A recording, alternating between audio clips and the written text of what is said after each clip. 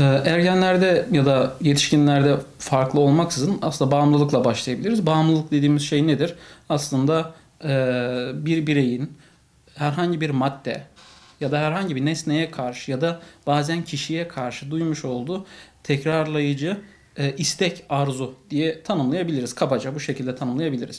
Ne zaman başlar bu bağımlılıklar? Çoğunlukla aslında belli dönemlerde karşılaşıyoruz. İlk karşılaştığımız yer erken ergenlik dönemi. Yani çocuklar 12-13 yaşlarındayken artık yavaş yavaş kendi ayakları üzerinde duran, yavaş yavaş karar verme mekanizmaları gelişen, yavaş yavaş kendi çevrelerini oluşturmaya başladıkları zamandan itibaren bu çevrenin etkisiyle bu bağımlılıklarla karşılaşma ihtimalleri oluyor. İkinci ve üçüncü aşamalar birazcık daha işte askerlik dönemi erkekler için ya da işte üniversite dönemi başlangıçlar olabiliyor ya da birazcık daha 40'lı yaşlara doğru başlangıçlar da olabiliyor. Tabii ki arada herhangi bir yaşta da başlanabilir ama dönüm noktaları olarak burayı görebiliriz.